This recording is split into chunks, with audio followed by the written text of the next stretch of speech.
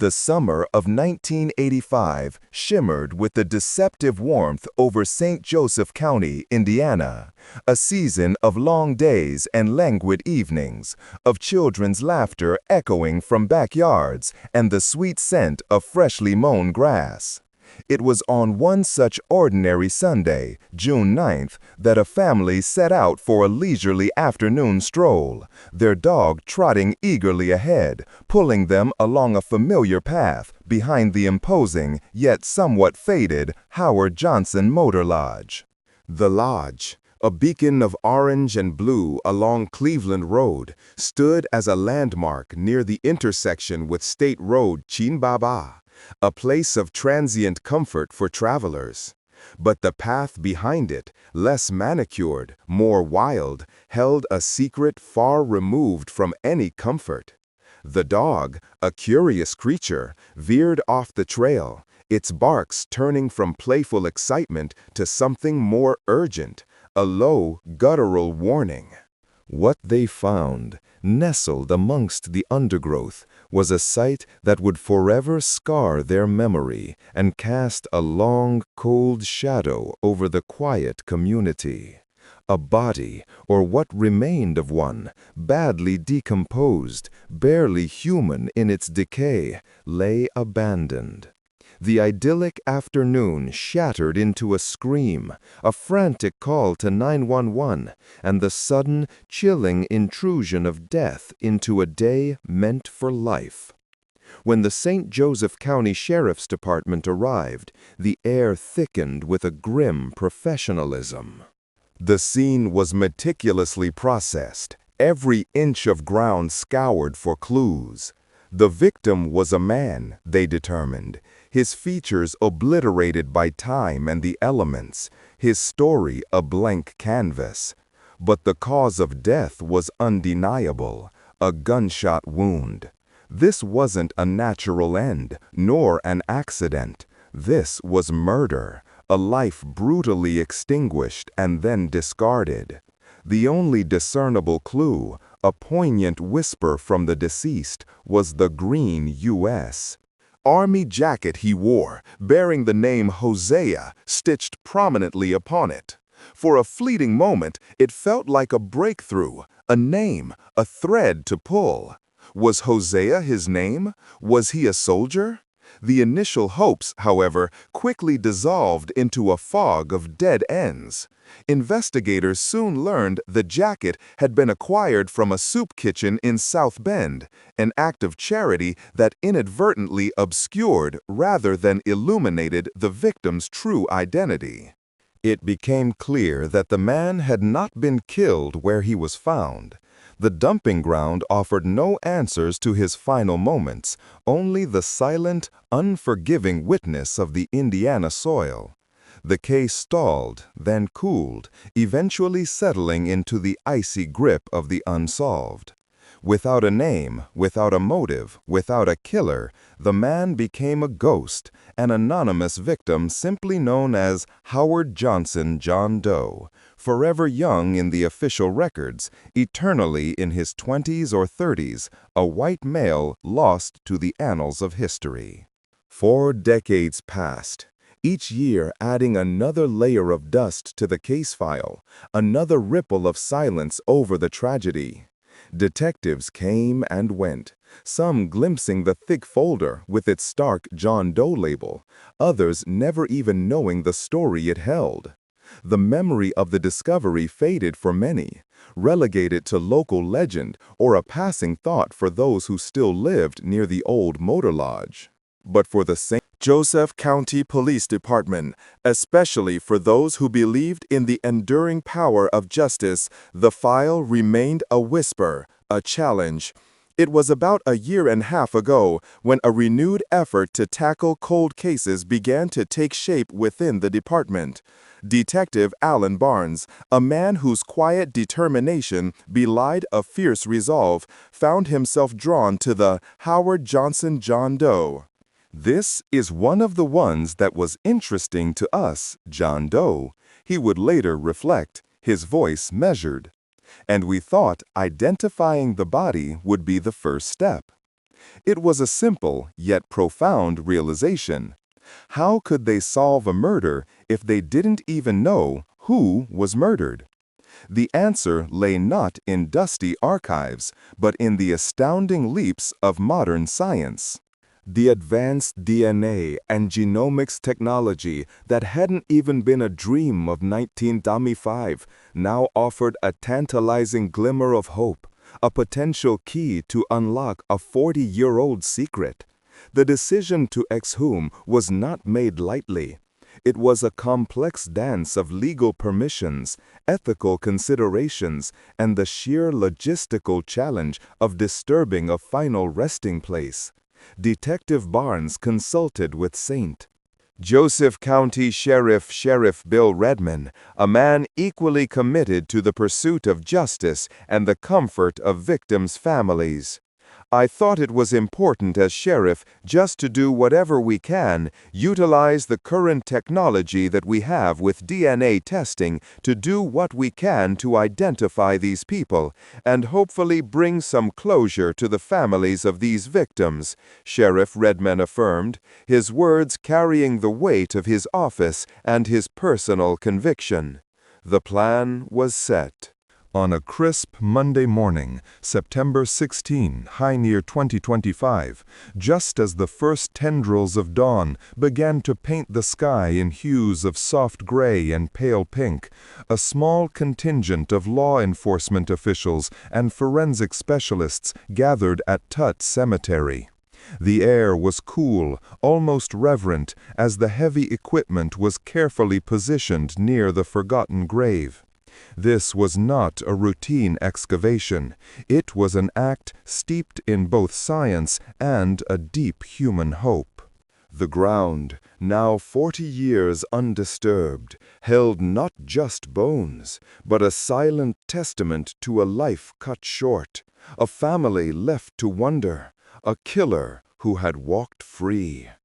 As the earth mover's arms slowly, methodically began to break the soil, a sense of profound anticipation settled over the scene. The low thrum of the machinery was the only sound, a stark counterpoint to the quiet determination etched on the faces of the detectives. This was the moment where the shadow of 1985 met the dawning light of 2025. Each scoop of earth, each careful movement was a step towards a possible answer. The forensic team stood ready, their specialized tools at hand, prepared to meticulously recover every piece of evidence, however small, however degraded. This was their chance, their one opportunity to gather the biological material that would be sent to laboratories where cutting-edge DNA sequencing and genealogical research might finally give Howard Johnson John Doe his name back. The process would be lengthy, they knew, the results not instantaneous. 6 to 8 months, the experts estimated, a period of anxious waiting, of renewed hope tempered by the long history of this stubborn cold case. But as the sun climbed higher, casting long shadows across the cemetery, the belief remained firm. This exhumation was not an end, but a beginning. It was the rebirth of hope, a powerful testament to the unwavering commitment to justice, no matter how much time had passed, no matter how deeply buried the truth had become. The Monday morning air hung heavy over Tut Cemetery, a crisp chill cutting through the pre-dawn quiet, a stark contrast to the humid summer day 40 years past when a family, out for a walk with their dog, stumbled upon a grim discovery. Now, as the first tendrils of dawn stretched across the sky, painting the eastern horizon in hues of muted gray and pale gold, a cluster of figures gathered near a quiet, unassuming plot. Uniformed officers and detectives, their faces etched with a blend of solemnity and resolve, watched as the ground, undisturbed for decades, began to yield its secrets once more. 40 years, a lifetime for some, a blink of an eye for the earth. But for the man lying beneath the soil, known only as Howard Johnson John Doe, it had been an eternity of silence. The rhythmic thud of shovels breaking through the earth was the only sound for a long time, punctuated by the occasional murmur of instruction. This wasn't just a simple excavation. It was a carefully orchestrated retrieval, a delicate balance between urgency and respect. The earth, once a shroud, was now being carefully peeled back, revealing the layers of time that had passed since June 9, 1985.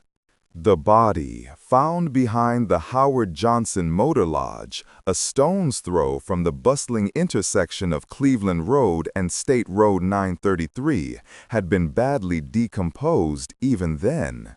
The initial investigation, thorough for its time, had hit a wall. A gunshot wound, ruling his death a homicide, but beyond that, a void. No name, no killer, no justice. The hope now, decades later, rested on science, on technology unimaginable to the detectives of 1985. Detective Alan Barnes, a veteran of the St. Joseph County Police Department, watched the painstaking process, his gaze reflecting a deep-seated determination. He had been part of the cold case unit since its inception a year and a half ago, and the story of Howard Johnson John Doe had resonated deeply. "We've been working cold cases," he later reflected, the memory of the cemetery morning fresh in his mind. "We started about a year and a half ago, and this is one of the ones that was interesting to us, John Doe. Và chúng tôi nghĩ rằng identifying the body would be the first step. It was a foundational truth. How could you seek justice for someone if you didn't even know who they were?" The green U.S. Army jacket, bearing the name Hosea, had once been a tantalizing lead, a thread of hope that could unravel the identity of the young white male believed to be in his 20s or 30s. But that thread had snapped, revealing it was merely a hand-me-down from a South Bend soup kitchen, a cruel misdirection in a case already shrouded in mystery.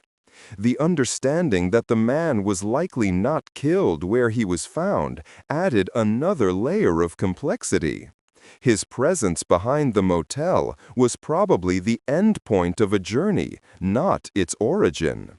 A clandestine drop, a desperate attempt to conceal a crime. The initial investigation had run its course, exhausted its leads, and the case had been filed away, a chilling testament to the unknown. But the passage of time, while it had obscured some paths, had also forged new ones. The very soil that had protected his anonymity for so long now held the key. This new path, this renewed quest for answers, was paved with advances in DNA and genomics.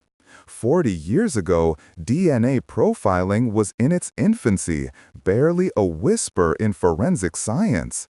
Now, it was a booming chorus of identification, capable of extracting genetic material from even the most degraded samples, piecing together fragments of life from the echoes of death.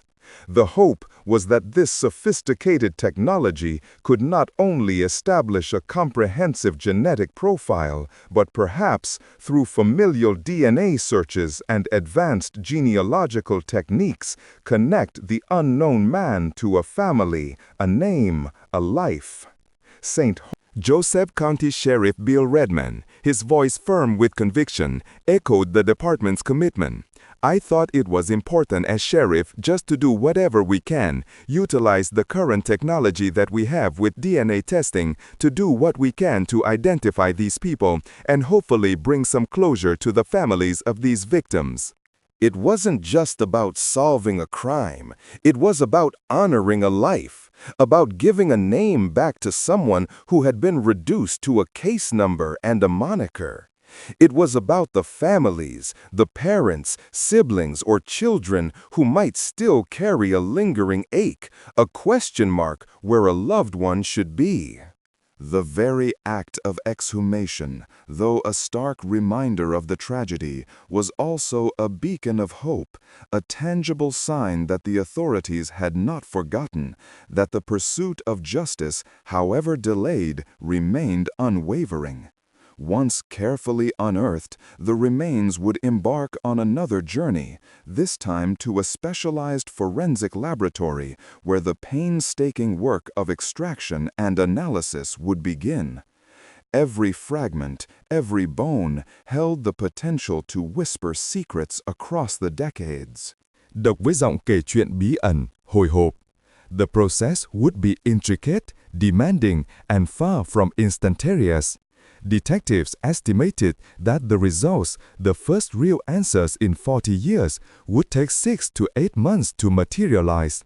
6 to 8 months of anticipation, of cautious optimism, a period during which the past and the present would converge, propelled by the relentless march of scientific discovery.